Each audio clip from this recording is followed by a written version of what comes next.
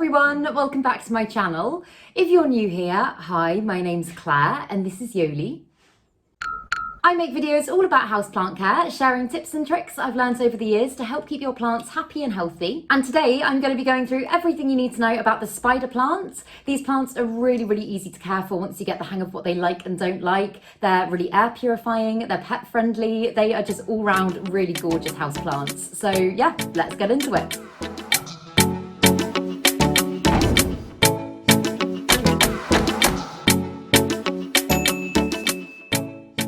So this is my little variegated spider plants that I propagated from my mum's big one a few months ago, and it's doing really well. I've transferred it to soil now, but I originally propagated it in water. For the last few weeks as well, I've had it in my new grow cabinet, and oh my god, it has literally gone absolutely crazy. I'm pretty sure it's like doubled in size in the time that I've had it in there. If anybody's thinking about setting up a grow cabinet, I would highly recommend it. It's basically just an environment that firstly looks really pretty for displaying your plants, but also allows you to control the temperature, the humidity, the light, all that sort of stuff. And a lot of my plants are doing well in there, but this one has just responded amazingly. So yeah, she's very happy at the moment. So spider plants are really well known for being able to survive in lower light conditions, and they absolutely can. I've got one downstairs that's in fairly low light conditions, but their optimum growing conditions are what's known as bright indirect light, which is pretty much like an area that I'm in now, kind of bright indirect light, God, an area that receives lots of bright daylight but not too much direct sun itself. They are quite sensitive plants, and if they receive too much direct sun they can burn really easily. The other thing to say with lighting as well is that the variegated spider plants, which are the ones that aren't just fully green, is that the white parts can't actually absorb light in the same way as the green bits, so it's a really good idea not to keep them in conditions that are too dark, just because the plant might not cope. It might get quite kind of stretched and leggy and not look very good. So yeah, I would say bright indirect light is absolutely optimum for these plants. Another thing that's really important is keeping their leaves clean, just because if they collect a lot of dust and dirt, then again it's going to kind of act as a shield, meaning that they can't absorb all the light they need. And also, and I've got a perfect example of this here, it's a really good idea to rotate your plants regularly so they can absorb equal amounts of light from all angles. You can see I haven't turned my one in quite a while, and it's really kind of gone whoop towards the light, so it looks really lovely and full from this side, but from this side it looks a bit kind of sparse. So yeah, turning your plants probably every few weeks or so is a really good idea. When it comes to watering your spider plant, although they are quite tolerant plants, the one thing you really have to watch out for is overwatering. As with so many plants, overwatering can be the root cause, pardon the pun, the root cause of so many issues such as browning leaves, yellowing leaves, dropping, and ultimately plant death. So it's something you really do have to be careful of. They kind of like an evenly moist soil, but I personally always let the top layer kind of completely dry out before I water them again.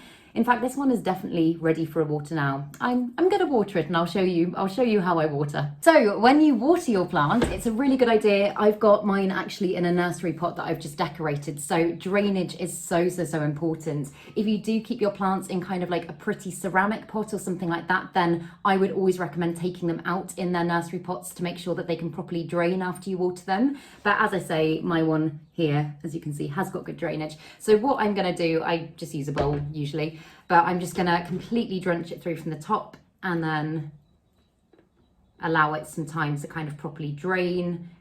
In fact, I'll probably just leave it in the bowl for a couple of minutes and let it kind of soak through. And then what I will do is, if I've got my plant in a pretty pot, like I say, I'll wait for it to drain before I put it back in, just because, again, if there's any water that hasn't properly drained and it's left sitting around the roots, I'm having trouble speaking. If it's left sitting around the roots, then it can cause root rot, which again is a really big killer in houseplants. Another thing that's really great if you know that you are quite prone to overwatering is using terracotta pots, because basically they are a porous material that absorbs lots of the water and just means that it kind of helps to regulate things a bit. Like, I remember when I first started getting into houseplants, I would want to kind of love them lots and I would water them all the time, and I did lose quite a few to overwatering. So yeah, using terracotta pots is just a really brilliant way to make sure that you're not overdoing it. It's also really important to remember that the environment of everyone's homes is going to be slightly different. So for that reason, I always say don't stick to any kind of strict watering schedule, just because one person might find watering once a week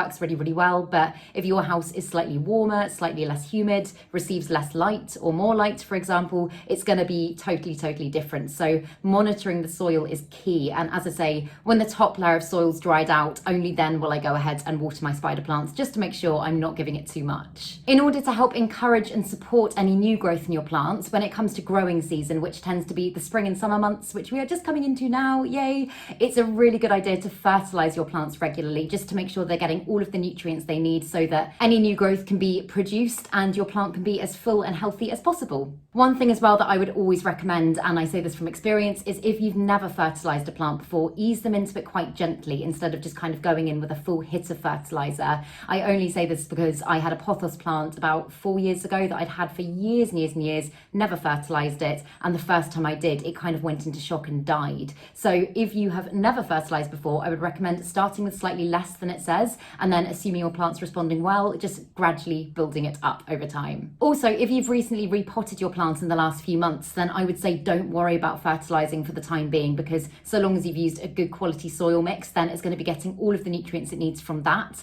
and giving it any more extra fertilizer might kind of cause it to go downhill because it doesn't need any extra nutrients. In terms of the type of soil for these ones, I tend to use a combination of regular potting soil, perlite and coconut coir, which has always worked really, really well. And for this one as well, I did actually add in some lechuza pon, which is just absolutely brilliant stuff. I know I've banged on about it so much recently, but it's so great. I do actually have a plant here, it's a verrucosum, that is potted in pure pon. That's what it looks like. I made a video as well all about the benefits of pon and all that sort of stuff. So again, I'll link that below, but that's something that at some point I'm thinking about potentially completely transferring my plant to. So no soil, just pon, but I will keep you updated with that. With humidity for spider plants, they're not the fussiest plants in the world. I would say between 40 and 60% would be absolutely fine. But as I said earlier, mine has been getting on so well in my grow cabinet, and the humidity in that is currently at 70. So I would say the more the better. If you can crank up the humidity, your spider plants will only thank you for it. I personally use a humidifier, but if you don't have a humidifier, I would either recommend investing in one, but also you can use kind of DIY methods such as leaving cups of boiling water around. Using pebble trays is another really, really great option. I've got loads of my plants over there on pebble trays that aren't close to my humidifier. Hanging wet clothes out to air dry around your house as well can be a really good option, because as the water evaporates, it will naturally create humidity in the room. The other thing to say with spider plants is that they do prefer a slightly warmer temperature, ideally between about 20 and 30 degrees, and to just keep that temperature as steady as possible so it's not constantly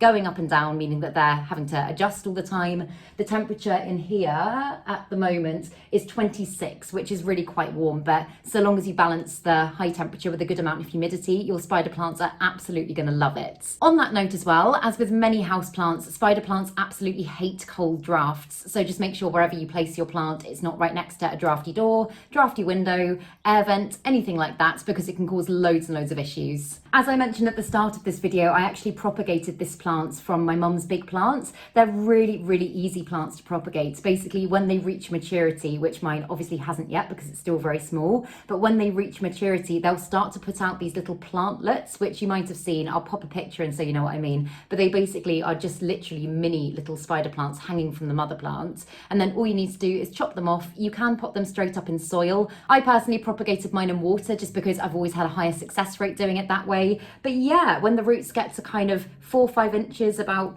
maybe that, then you can go ahead and pot them up, and then you've got a whole other new little plant. If anybody's got any questions or wants to know about something that I haven't covered in this video, then drop me a comment down below and I will do my best to help. But yeah, I really hope this video was useful. If it was, please make sure to give it a thumbs up, subscribe to my channel, have a lovely day, and I will see you in the next video.